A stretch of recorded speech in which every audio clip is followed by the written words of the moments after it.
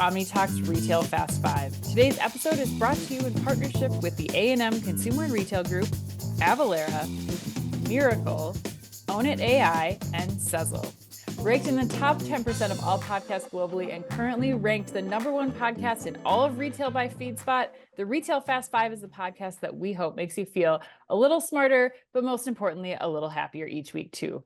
And the Fast Five is just one of the many great podcasts that you can find from us here at Omni Talk Retail, alongside our Retail Daily Minute, which brings you a curated selection of the most important retail headlines every morning, and our Retail Technology Spotlight podcast series, which goes deep each week on the latest retail technology trends. Today, though, it's June 19th, 2024. I'm your host, Dan Mazinga. And I'm Chris Walton. And we are here live from Salt Lake City, Chris, today. Where in the world are we? Yeah, where in the world are we? Where in the world are Chris and Ann, right? Yes. Yeah, yes. Salt Lake City. Yes, we're in the lovely Marriott Hotel, Ann. Yes, we are here to discuss and debate the most important headlines from the past week and maybe talk a little bit about Salt Lake. Chris, have you spent much time in this city? I had a great time exploring so far.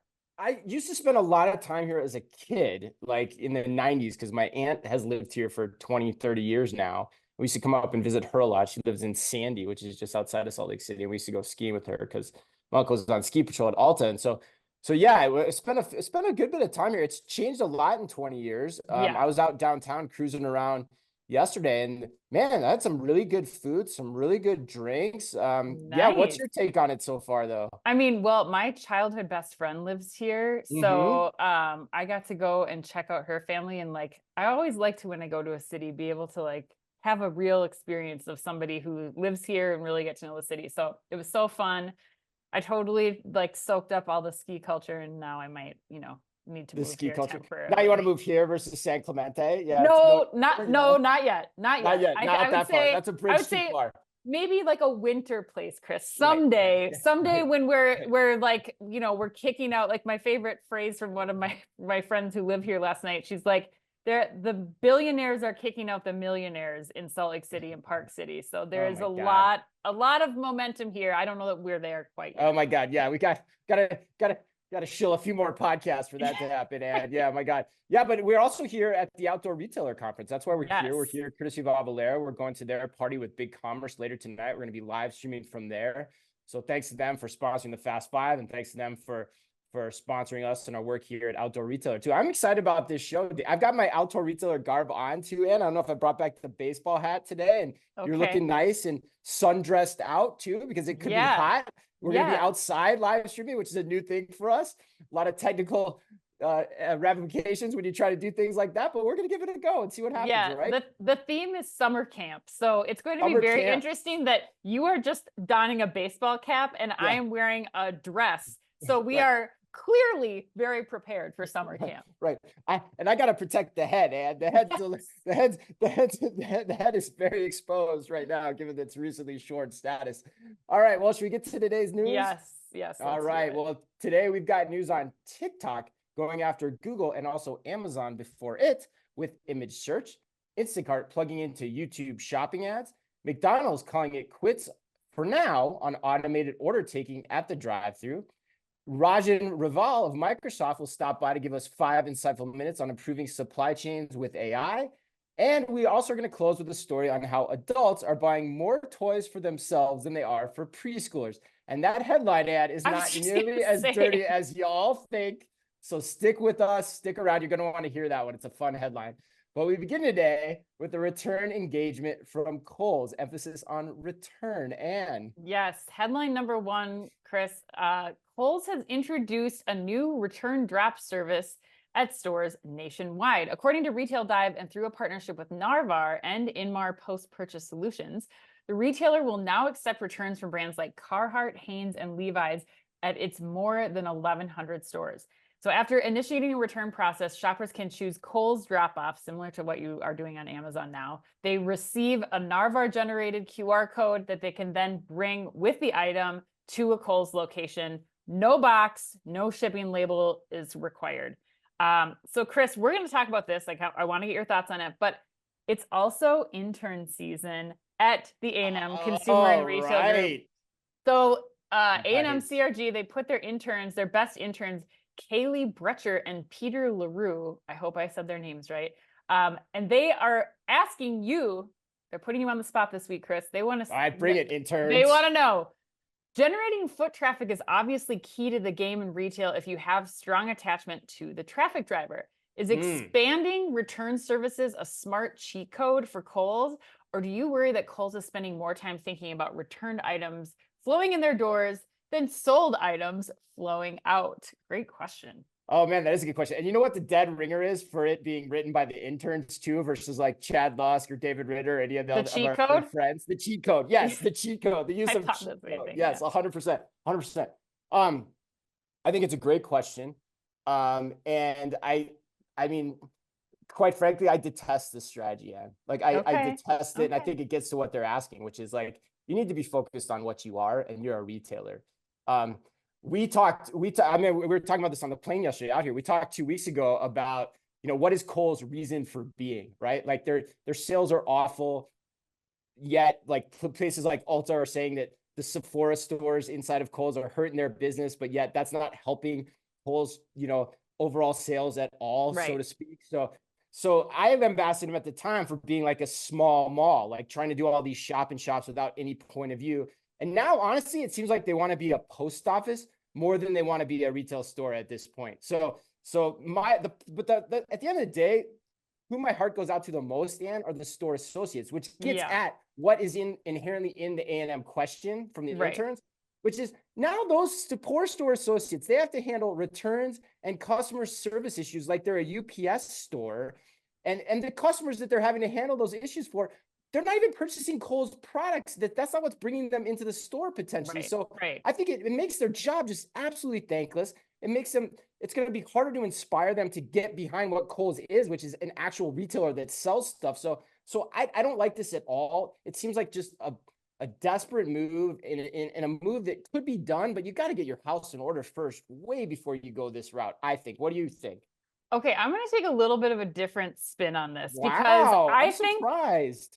First of all, I think there's two separate stories here. I think number one, this is a great move for Narvar and these retail partners. Okay, so like let's call that out. Like smart move, Narvar. 100%. It's a huge benefit to the customers of Levi's, of Carhartt, of all these places to get you into another, 1,100 more locations around the country where you can make online returns. Amazing. 100%.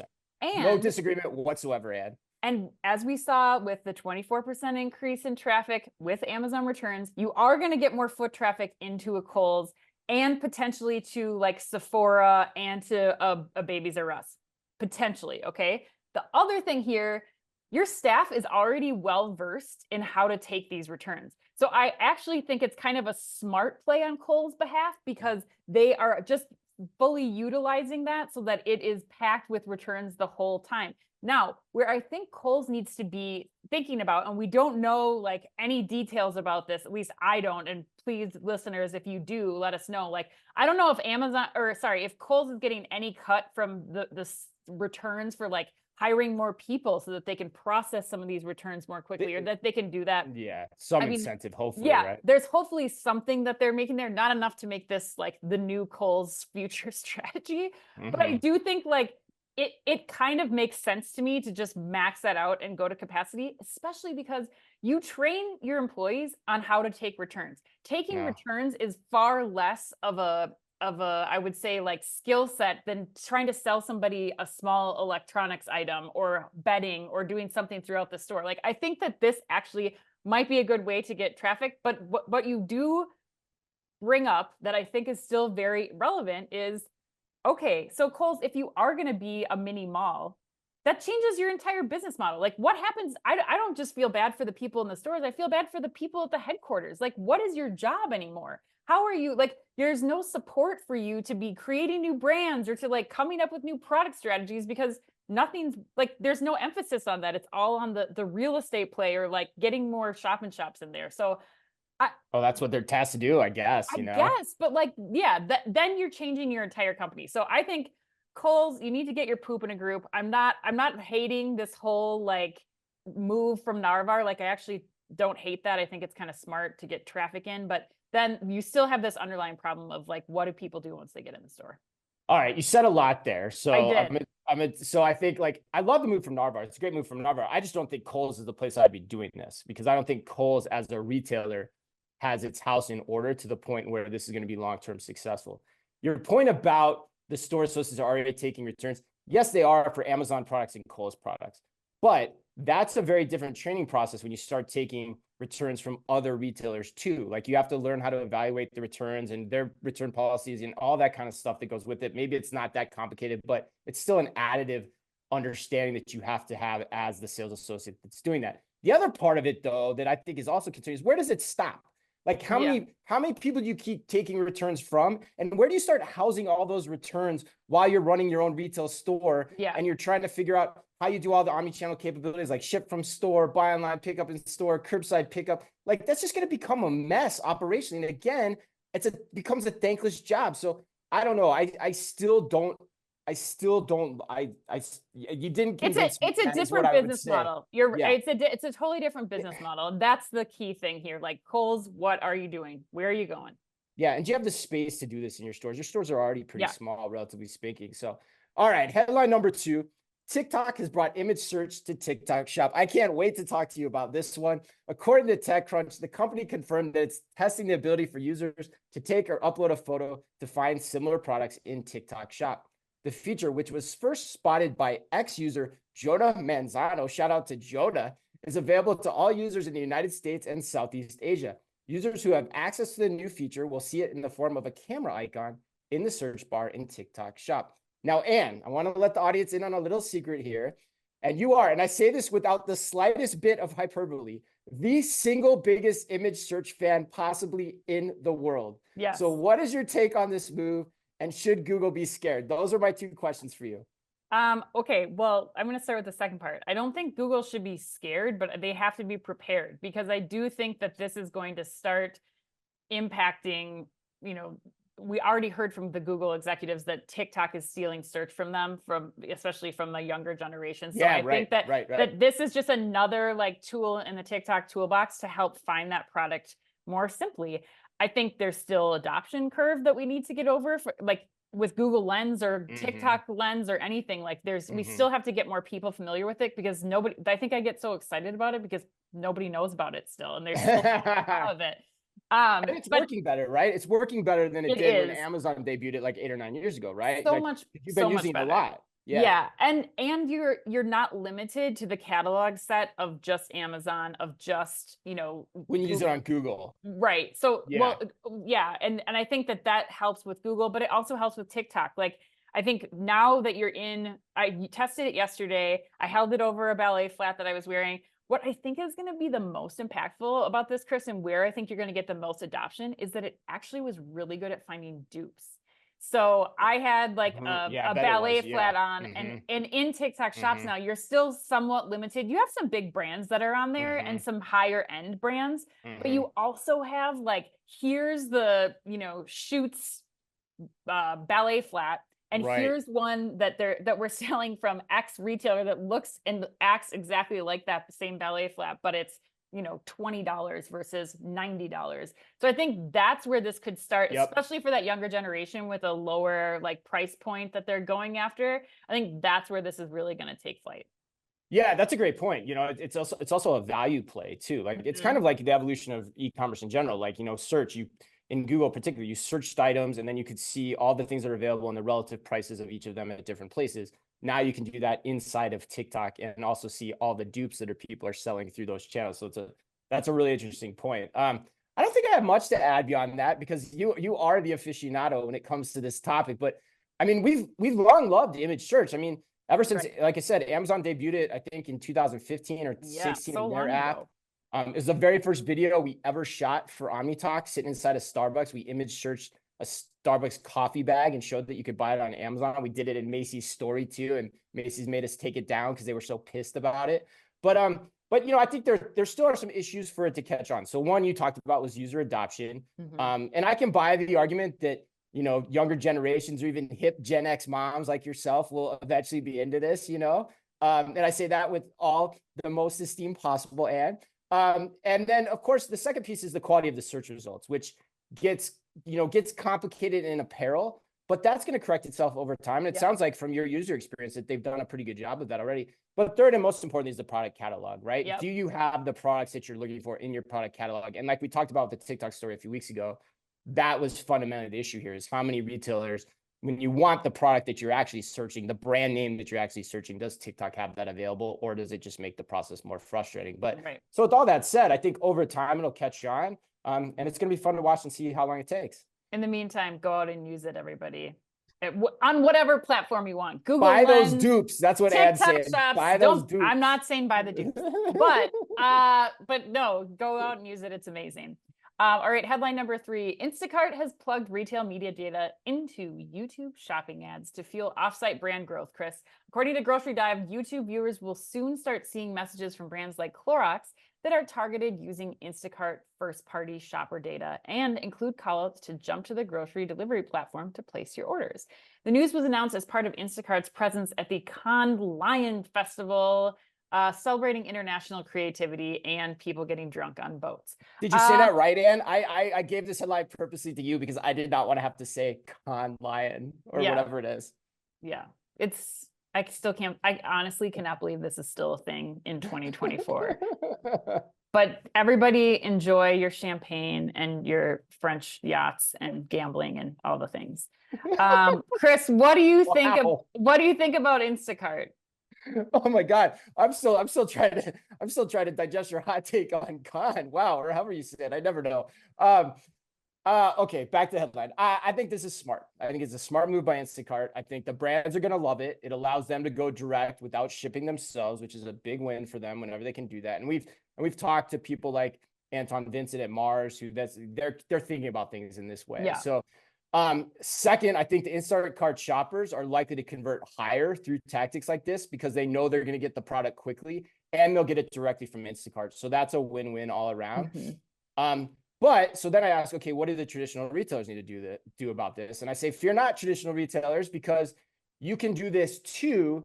But the issue is for you to do it and to convert as high and to make it as attractive for your CPGs, you need the tech to do it in an omni-channel way. So for example, Ann, imagine like you see a similar ad on on YouTube shopping from Walmart or Target, and you have the option of deciding then when you see that ad, whether you want it for BOPIS, curbside, delivery. That flexibility is always important. And when you can win with that flexibility, so if you can offer your customers the flexibility through those advertisements, then you're going to end up converting even higher than what Instacart is. At least that's my opinion. But what do you think? I imagine you have some stuff to add here. Yeah, I mean, I actually went at this a little bit differently as well. I mean, I'm thinking like, because Instacart, you have so many stores and retailers that are under your umbrella, that you actually have a better offering than I would say like a Target or a Walmart does, because you're limited to just that retailer. I don't know, Chris, like I'm having a hard time getting on board with this. I think I need to spend more time with people who are involved in this. Like I looked up like the Clorox products just to refresh myself. Like I don't see myself ordering like bleach or household cleaner when I'm sitting on my couch. Like I think that it's going to do much better with a platform like DoorDash or something. Like I can see those impulse, even with Instacart for like frozen pizzas or something, or like those things that fall more into like that quick commerce category. Then I see like, oh yeah, it kind of reminds me of like Alexa back in the day when you were like, get hand soap. Yeah, it's just like, is this really going to blossom? However, we have a really great segment coming up with Chuck Anderson Weir of Ovative, where he's talking about like how much ads on YouTube, ads on CTV, like how much this is taking over media buys of companies. So we know that people are going to go all into this. Stay tuned for that next week. But I guess I'm just kind of in the middle right now, because I feel like there needs to be more done, and maybe even more done by way of content from the brands too, to like incentivize, like, why should I care? Why should I be ordering bleach off my TV right now? Like, where is this all going to go? So I think Instacart has a great opportunity here because of the house of brands that they have underneath them. The information that they're passing along, or that they're able to provide these brands, is going to be higher because of that reason than just one retailer like a Target or Walmart. And then finally, I think I'm waiting for this to develop a little bit more, or to spend more time in it to see like what really is getting people to purchase in this manner. Yeah, that's interesting to me. I mean, at the end of the day, it's a first party data play, like we've talked about on the show. It seems like every week now. But the other thing I actually thought you were going to talk about this is, Best Buy signed a deal with Lucky. And Lucky is Mm-hmm. the technology that enables real time inventory understanding, so you can offer the options to your customers to pick Yeah. this product up wherever you want. And so I think your point is right. Is like, what product categories are right there? Best Buy seems to be on the front end of this. Sephora too. I think Walgreens Mm-hmm. is as well. Like creating the technology connections to make this type of thing happen. And so, like, I just think we're gonna learn. We're gonna learn what those product categories are over time. But it is going to be a very efficient form of advertising because of what you said with when we're gonna have Chuck on the program next week talking about this. This is where the money is going. This is where the eyeballs are. And so, I think for that reason that I think you have to like it, or you have to at least want to watch where it goes. Right. All right, Ann, let's bring Rajen from Microsoft on to today's program. Joining us now for 5 insightful minutes is Microsoft's Director of Supply Chain Industry Solutions, Rajen Raval. Rajen will be sharing with us some of the new developments in AI for supply chain. All right, Rajen, let's talk about why Microsoft's cloud services are so important when it comes to enhancing supply chain visibility and collaboration. Supply chain visibility and orchestration is driven through large amount of data. Mm-hmm. So Microsoft is a world leader and market leader in space of providing the most secured storage as well as compute power. So our abilities to serve the customers by way of cloud services is in multiple ways, as I said about the storage and compute. At the same time, application layers like Power Platform and teams collaboration, blockchain to drive traceability of the products across the product value chain, and this also means like the large amount of data that we get from various systems like enterprise resource planning systems or supply chain planning systems, which normally always resides in a very siloed environment. So our cloud services is a perfect way for customers to create strong data foundation and leverage our applications to drive visibility and orchestration.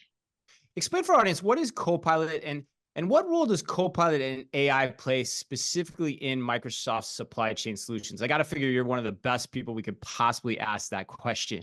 Think of it as your personal assistant.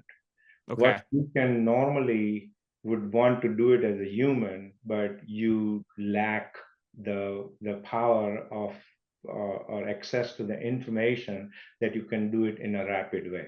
So this assistance is all about bringing the data outside of your normal context by reaching out deep, wide into internal and external environment to give you the right context. So copilots, as I said, thinking them as a natural assistant to you, will prepare the information, will provide the right insight and the next best actions to make your work life or your day-to-day job more simple, efficient, effective, and faster.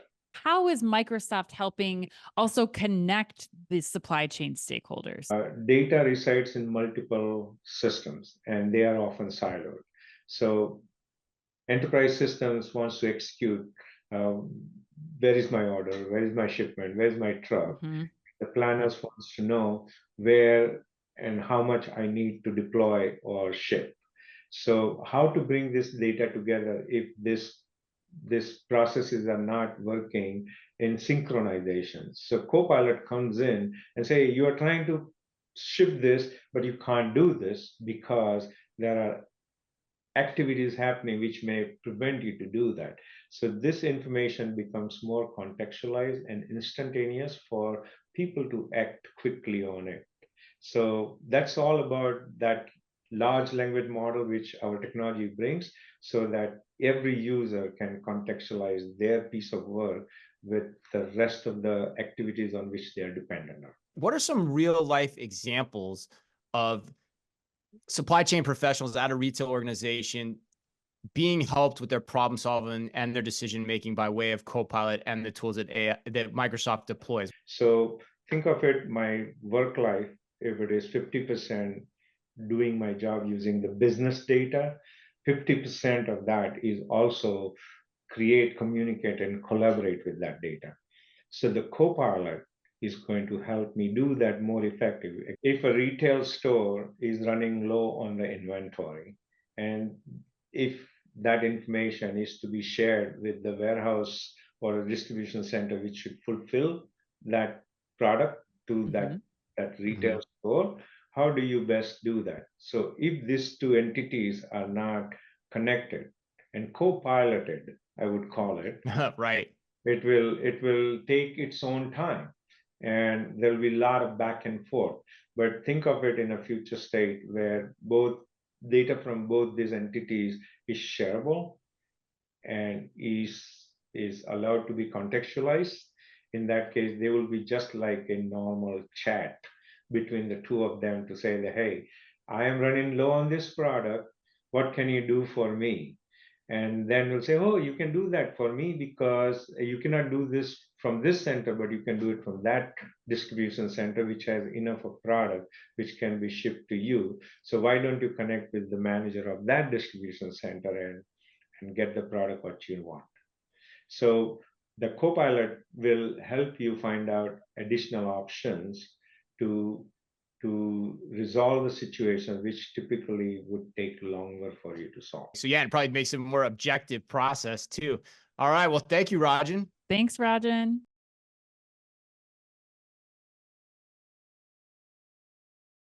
All right, headline number 4, McDonald's is ending its partnership with IBM on automated order taking.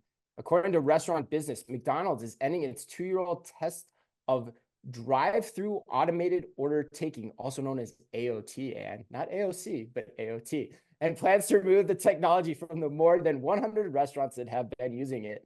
The test is also ending without any sort of expansion, according to an email sent to franchisees on Thursday. But the company did not dismiss the prospect of drive-thru AI, suggesting that McDonald's plans to find a new partner for its automated order taking efforts. And my question for you is this: do you think this announcement makes you pause and reflect on all the people hailing generative AI as the greatest tool to come to customer service since the touch tone phone? What is your take? It doesn't change the way I feel about Gen AI at all. I still think it's one of the greatest tools for anyone, really.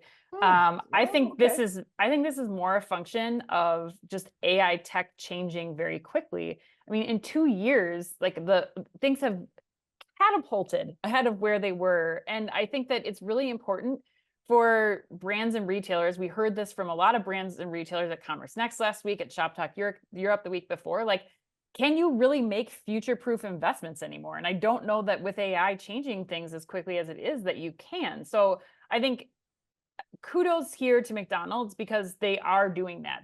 It seems like with this move, they're going to keep evaluating tech. You cannot set it and forget it. McDonald's is showing people that, yeah, we had a 2-year contract. It's not working. There's so many more things that you need to be thinking about now, like integration with mobile ordering and point of sale and customer data platforms and ordering and production, like all these things that are going through like what McDonald's needs to do to serve their customers on a day-to-day have to, I think, sync up with this order taking and the application of AI in that process. So I still think like this is just a message to the industry. Like, you can't set it and forget it. You got to keep looking at your tech. And clearly this wasn't working for McDonald's. Wow. Okay. I don't know if I agree. I think there's some subtle points here that are important to bring up. Like for me, when I think about AI and the use cases where it's going to have the biggest impact, particularly on customer service, I think on the drive-through use case, I'm actually pausing on that too, because it's a use case where you have to get 2 things right. First, you have to get the voice interpretation right, which for me, still no one can understand my voice. It is so freaking frustrating. So I imagine that's happening to other people. And I think I've even been at a McDonald's that's potentially used this, and it's been very frustrating. So that's one thing. But then second, you also have to add the interpretation of that voice into the language processing models, and they have to understand the context of what you're asking. So that's 2 things that have to happen, which is very different in terms of how a generative AI engagement works when it's solely text-based, which is what we all know and understand through our use of ChatGPT and Claude AI and all that kind of thing. So that's why I've always been bigger on text engagements over voice, as the starting point. And so when I look at it as the panacea for customer service, which everyone, and you agree with this, everyone we talk to lists this as the use case, customer service. But I think for that reason, I look at it more as an augmentation of the customer service agent than a voice replacement of the customer service agent. I think if you're going down that road, you're going to be very frustrated. So, the one point I do agree with though, you got to give credit to McDonald's. I think for pulling the plug on something, you don't hear about that very often in the media, but also saying, you know what, we're still going to experiment with what is the right way to do this as well. So I don't know. Does that change? I don't know. You got it. I don't know. I think we're still early in the voice component of that too. Like, yes, text is easier, but I still think that there's development that can happen. I still think that if you're looking at McDonald's and the issue of trying to find labor at the hours of operation, many hours of the day that they're in business, I think it's still something to push forward on, even if there's some customer friction in some places or another. Maybe you're pushing more people to mobile ordering. I'm not sure, but I still think that I don't think we throw the baby out with the bathwater on this one. Yeah, but don't you even just given like, I mean, as I think haven't had the problems that you have either, so I'm coming at it from you don't need as much fast food as I do, Ed. Well, but I don't know. I still like the idea of like a centralized ordering process. You know, like why do I need to take the order from somebody at the McDonald's that I'm at? You know, like at the drive-thru. Like I don't understand that. I like that. I like experimenting with that idea better than like the combination of voice with language model processing and all that kind of stuff. So I don't know, but hey, let's just go to mobile ordering. Why are we even doing drive-thru anymore? It seems like so much simpler. Like just do mobile ordering. Your order is correct. You pull up. You just need it for traffic flow, and that's it. That's the only way I go to McDonald's anymore. I do curbside every time. It's so much better. But anyway. All right, let's go to headline number 5. A new report claims that adults account for more toy sales than preschoolers. According to Retail Dive and based on a report from Circana, shoppers over the age of 18 accounted for more toy sales in the first quarter than any other age group, surpassing preschoolers for the first time ever. Nearly half, 43% of adults, purchased a toy for themselves in the past year for a number of reasons, including collecting, socialization, and enjoyment.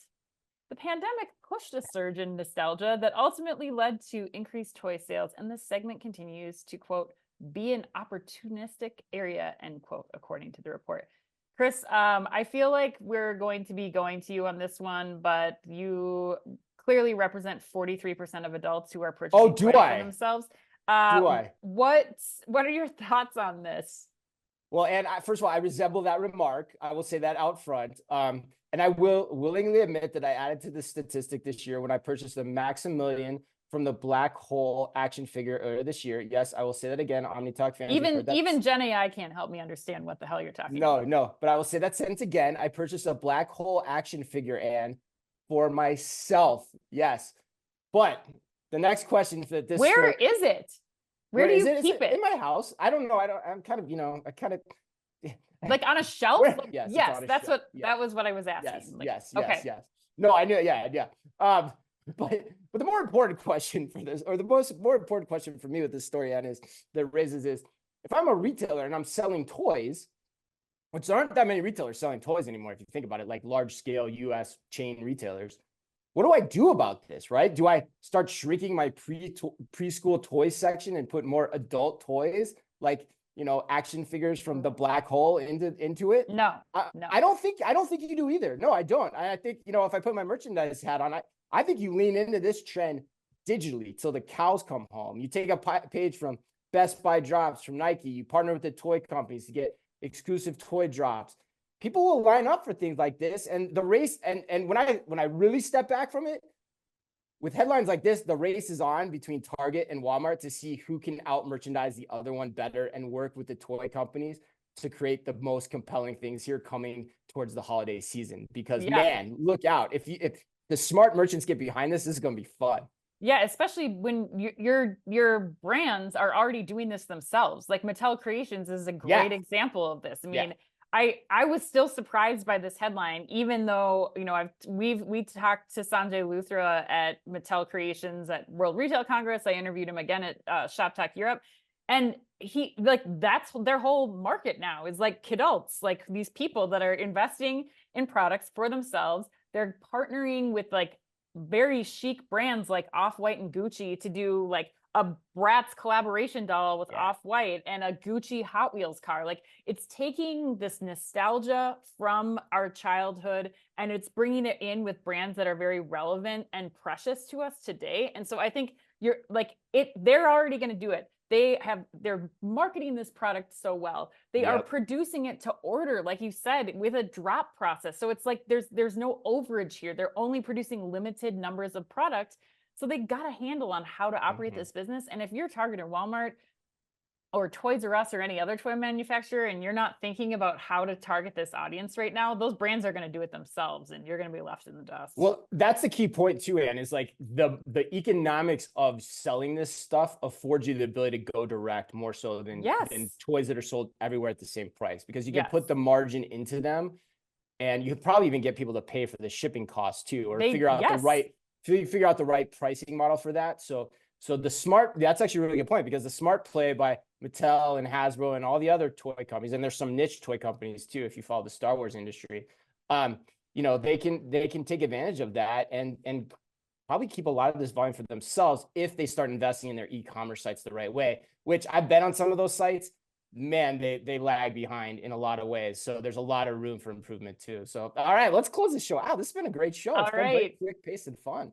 All right, let's get to the lightning round, Chris, where in honor of our event tonight with Avalara at the Outdoor Retailer Conference, today's lightning round theme is going to be around a report that Avalara put out about 20 wacky taxes that are almost too ridiculous to believe. So, Chris, are you ready? I'm ready to get wacky with my taxes, Ann. Get wacky. Let's get wacky. Chris and I each picked 2 that we liked of the 20 wacky taxes. First of all, question number 1, Chris, whether you wear or use a Snuggie has serious tax implications.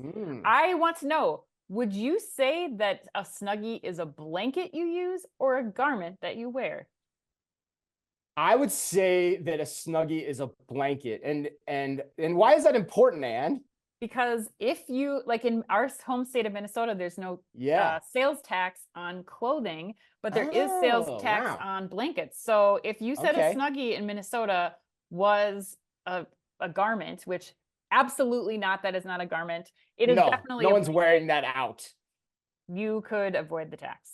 Right. Okay. All right. Yeah, right. Cool. These are so fun. I love these. All right, Ann, burritos are my favorite topic on the show. One of my favorite topics. So is a burrito a sandwich? Because it matters in Massachusetts. What do you think? No, it is a burrito. I would say a torta is a sandwich. Oh, that would be something that I would consider a sandwich in that same cuisine category, but definitely not a burrito. No way. Good. And that's good, because most sandwiches are subjected to Massachusetts sales tax. However, the Massachusetts Department of Revenue guidance on sales tax for meals doesn't define sandwich or reference burritos. And one court in the Commonwealth ruled that a burrito is not a sandwich. So the courts of Massachusetts agree with you, and you should take great pride in your legal acumen. Okay. Question number 3, Chris. Children operating lemonade stands in Idaho and Washington have been required to get a sales tax permit. Oh my.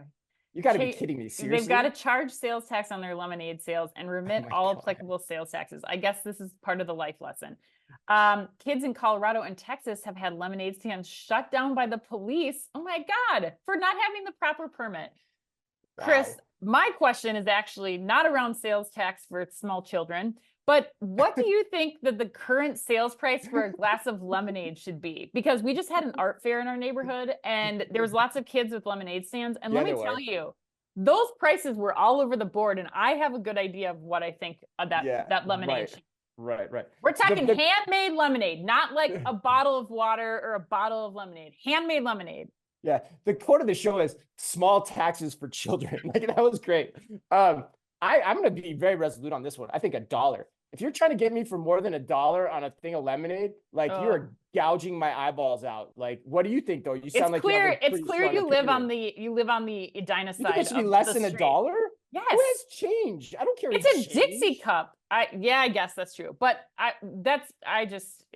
think 25 cents. That's 25 cents? Yeah. Oh my God. Wow. I think there was kids selling it for $2. And I was like, I'm not paying $2 for a Dixie $2 cup is that too said much, you're but you got to round sticking up to $1. You got to round up. You got to All round right. up. I think. All I right. think. All I don't right. know. And I don't want to carry silver. All right. Last one.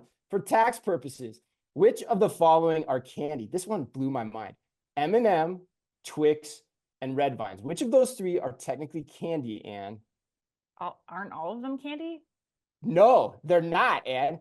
For 24 states that are members of the Streamlined Sales Tax, the SST, M&Ms are the only ones treated as candy for tax purposes because Kit Kats, Twix, and Red Vines, I think I said, what did I say? I said Twix and Red Vines. Twix and Red Vines are not because they use flour and M&Ms don't. That is what defines candy, the use of flour in 24 states. Yes, that's right, Omni My Talk fans. God. We are dropping knowledge on you like This it's hot. is why you need somebody handling your tax compliance, Yeah. because I would Oh. be, of all of these questions, 10%. I'm in the doghouse. There's no way. I'd be in so much trouble. Yeah, Okay. how a red vine is not candy, but I don't think I can function the rest of the day. All right, on that note, happy birthday today to Paul Dano, Mia Sarah, and to the woman who rose to fame starring in the sweatiest movie ever made, Body Heat, the great Kathleen Turner. And remember, if you can only read or listen to one retail blog in the business, make it Omni Talk, the only retail media outlet run by two former executives from a current top 10 U.S. retailer. Our Fast Five podcast is the quickest, fastest rundown of all the week's top news. And our daily newsletter, the Retail Daily Minute, tells you all you need to know each day to stay on top of your game as a retail executive, and also regularly features exclusive content that Ann and I take a lot of pride in doing just for you. Thanks as always for listening in. Please remember to like and leave us a review wherever you happen to listen to your podcast or on YouTube. You can also follow us today by simply going to youtube.com/OmniTalkRetail. So until next week, on behalf of all of us at Omni Talk Retail, and Ann and I are excited to do next week's show from Minneapolis. Oh boy. Be careful out there. The Omni Talk Fast Five is brought to you in association with the A&M Consumer and Retail Group. The A&M Consumer and Retail Group is a management consulting firm that tackles the most complex challenges and advances its clients, people, and communities toward their maximum potential. CRG brings the experience, tools, and operator-like pragmatism to help retailers and consumer products companies be on the right side of disruption. And Avalara. Avalara makes tax compliance faster, easier, more accurate, and more reliable for 30,000 plus business and government customers in over 90 countries. Avalara leverages 1,200 plus signed partner integrations to power tax calculations, document management, tax return filing, and tax content access. Visit avalara.com to improve your compliance journey. And Miracle. Miracle is the global leader in platform business innovation for e-commerce. Companies like Macy's, Nordstrom, and Kroger use Miracle to build disruptive growth and profitability through marketplace, dropship, and retail media. For more, visit miracle.com. That's MIRAKL.com. And Own It AI. Own It AI helps the world's leading retailers advance their e-commerce shopping experiences with AI. To learn more, visit ownit.co. And finally, Sezzle. Sezzle is an innovative buy now, pay later solution that allows shoppers to split purchases into 4 interest-free payments over 6 weeks. To learn more, visit Sezzle.com.